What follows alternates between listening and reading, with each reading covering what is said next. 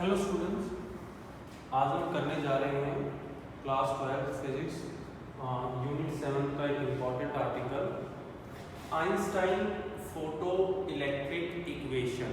In our previous video we discuss in detail photoelectric effect, it's experimental study, and after that Einstein revised this effect with his calculation and his theories. So what he concluded, he explained this effect on the basis of Planck's quantum theory. And according to Planck's quantum theory, एक जो radiation है electromagnetic radiation, उसके पास जितनी भी energy होगी total E वो equal होगी number of photon, कितने हैं, और एक फोटोन के पास जितनी एनर्जी होती है। ये प्लैंक्स क्वांटम थ्योरी कहती है आपके पास कि टोटल एनर्जी अगर वेव की निकालनी हो तो एक फोटोन की एनर्जी आपको पता है h न्यू है, उसको नंबर ऑफ फोटोन से मल्टीप्लाई कर दीजिए।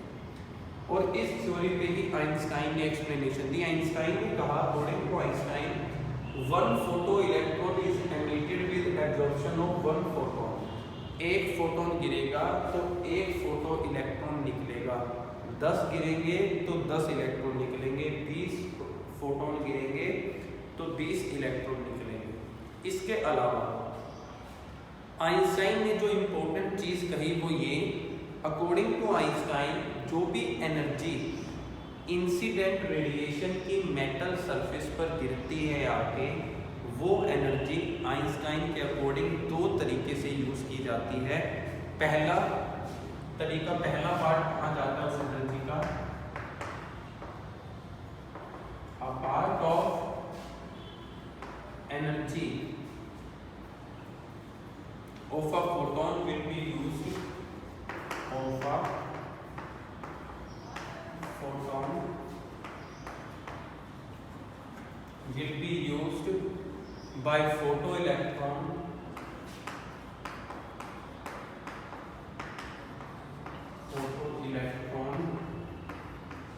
to overcome the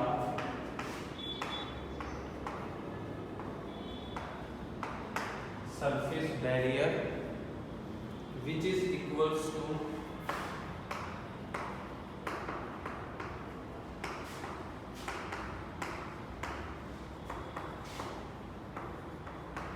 work function of metal. देखो इसका मीनिंग क्या है। वर्क फंक्शन कहते हैं किसी भी मेटल के लिए आपको कम से कम कितना वर्क करना पड़ेगा उसके सरफेस से इलेक्ट्रॉन को बाहर निकालने के लिए। वर्क इक्वल टू एनर्जी, यानी कि हर मेटल का एक फिक्स एनर्जी है कि उसको इतनी एनर्जी तो चाहिए इलेक्ट्रॉन को फ्री करने के लिए, और इसी वर्क फंक्शन को हम सरफेस बैरियर भी बोलते हैं। तो जो एनर्जी फोटो इलेक्ट्रॉन को दी जाती है, उस एनर्जी का पहले जो मैक्सिमम पार्ट है या जो मेन पार्ट है वो इस सरफेस बैरियर को ओवरकम करने के लिए, जैसे 100 जूल की एनर्जी थी और कोई मेटल जो है वो 80 जूल एनर्जी आने पर ही इलेक्ट्रॉन को लूज करेगी, तो 100 में से 80 जूल तो यहीं यूज हो गई। बाकी जो बची सेकेंड पार्ट या रिमेनिंग एनर्जी इंसिडेंट फोटोन की, उसका क्या होता है, तो सेकेंड पार्ट है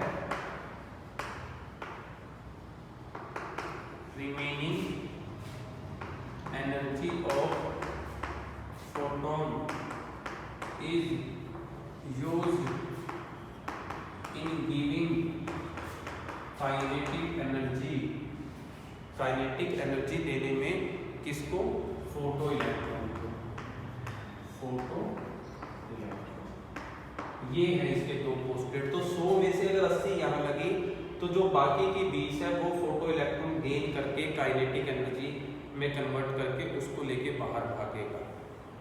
तो इक्वेशन नई क्या बनी, फिर नई इक्वेशन बनी कि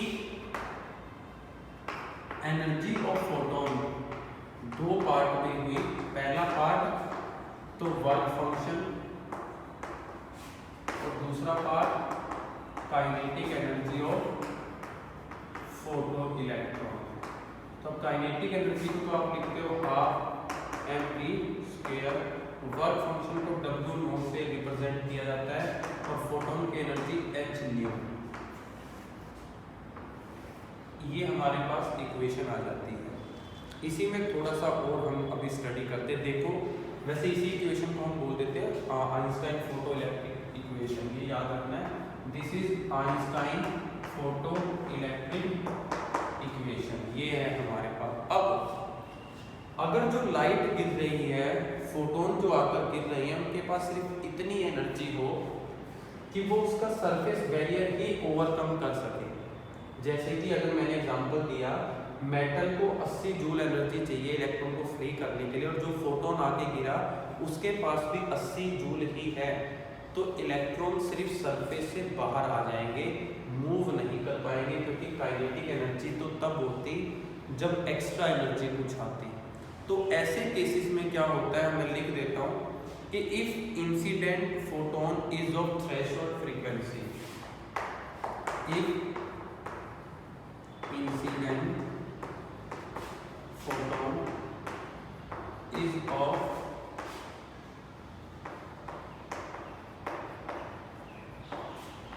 थ्रेशोल्ड फ्रीक्वेंसी, थ्रेशोल्ड फ्रीक्वेंसी का मीनिंग है कि वो फ्रीक्वेंसी जिसमें इलेक्ट्रॉन जस्ट बाहर आती है।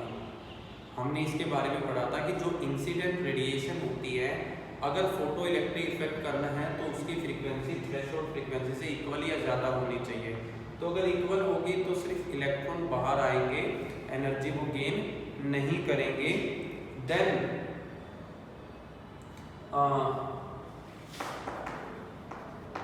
Electron are ejected from metal surface without gaining kinetic energy।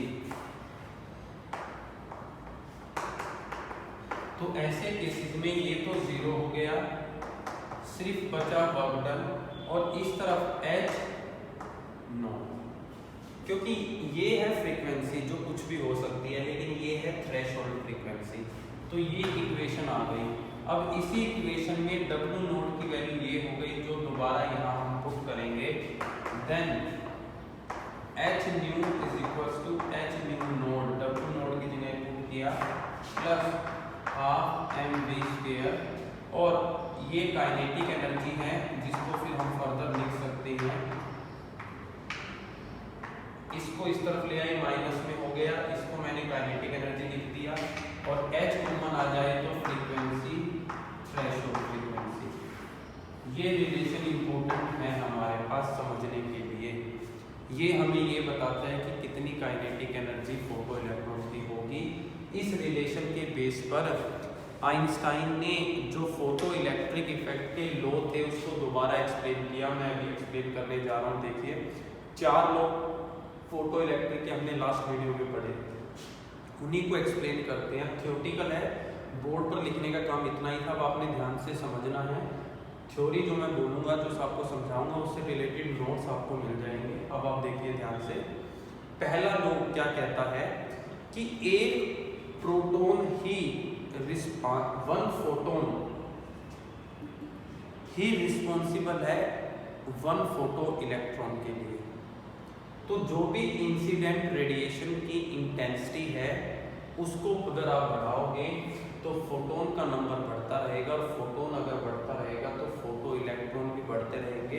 तो इसका मीनिंग ये हुआ कि number of photo electron increase हो जाते हैं इंटेंसिटी बढ़ाने से। तो आइंस्टाइन ने इस चीज़ को सपोर्ट किया। ये जो मैंने बोला, ये फर्स्ट लॉ था फोटो इलेक्ट्रिक फैक्टर, जिसको आइंस्टाइन ने S2S सपोर्ट कर दिया, बिल्कुल सेम।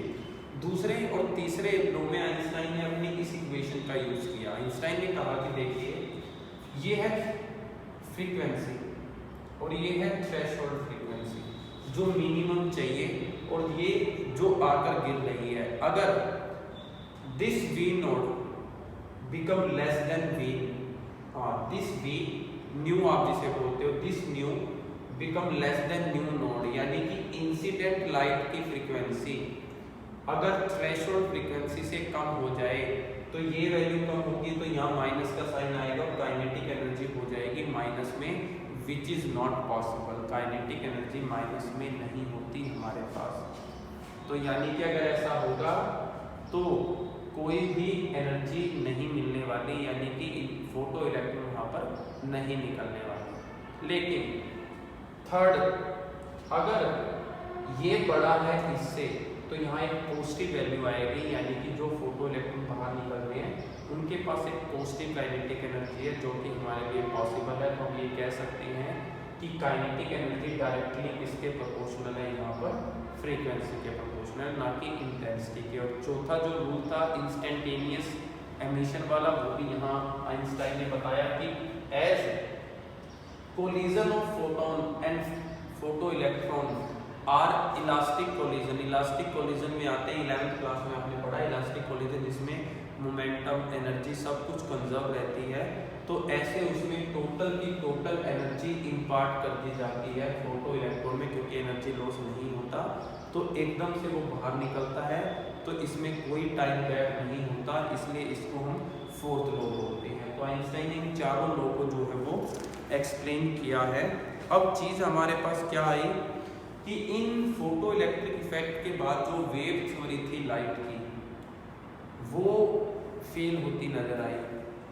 ये है पार्टिकल नेचर जो हम डिस्कस कर रहे हैं। पार्टिकल नेचर किसे बोलते हैं, जहां फोटोन की बात होती है कि फोटोन एक पैकेट ऑफ एनर्जी, एक पार्टिकल की तरह आ रहा है।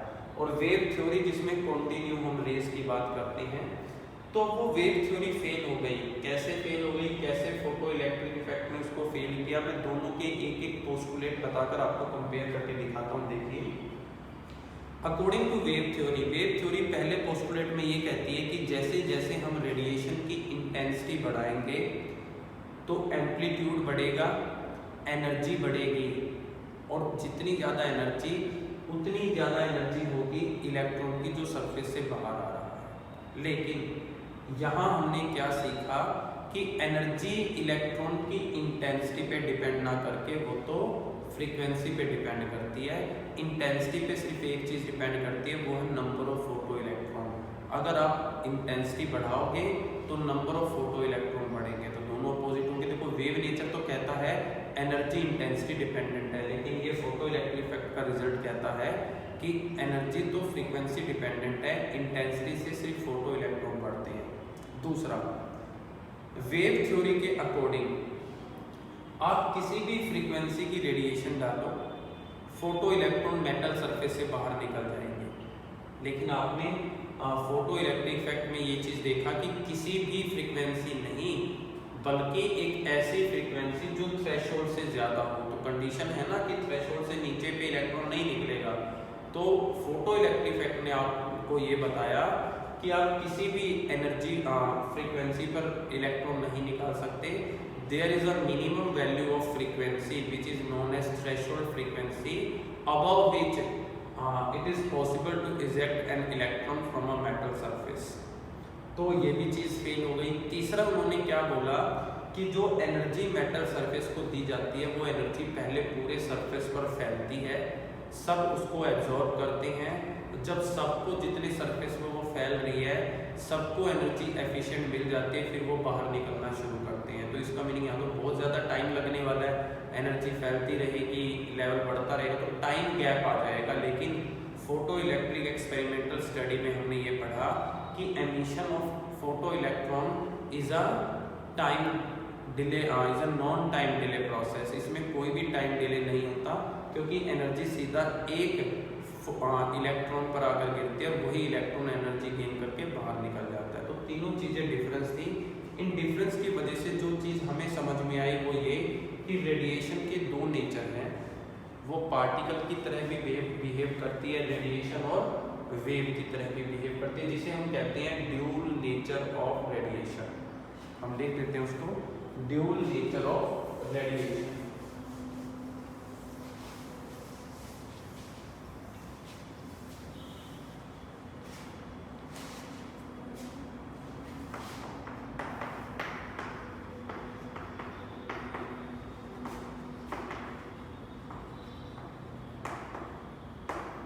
ड्यूल नेचर का मीनिंग है कि radiation will behave as wave as well particle. कहाँ कहाँ वो बिहेव करेगी, देखो रेडिएशन जो है वो वेव नेचर शो करेगी।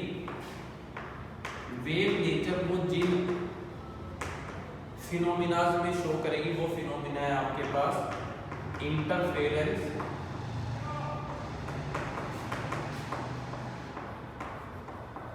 डायफ्रैक्शन एक्सेट्रा, ये हम 6th यूनिट में स्टडी करेंगे।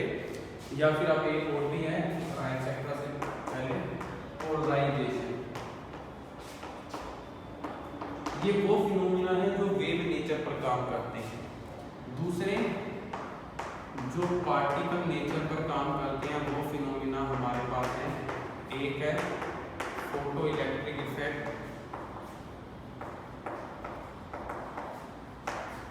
काउंटर इफेक्ट, ये वो जो पार्टिकल नेचर पर काम करते हैं।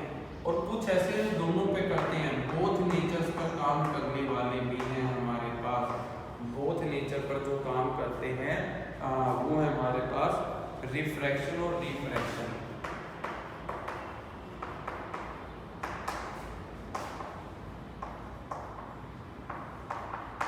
ये बोथ नेचर पर काम करते हैं। तो इस तरीके से दोनों ही हमने देखा कि दोनों तरीके से बिहेव करती हैं, रेडिएशन जो है वो दोनों तरीके से बिहेव करती है। इसे ही ड्यूल नेचर ऑफ रेडिएशन बोला जाता है।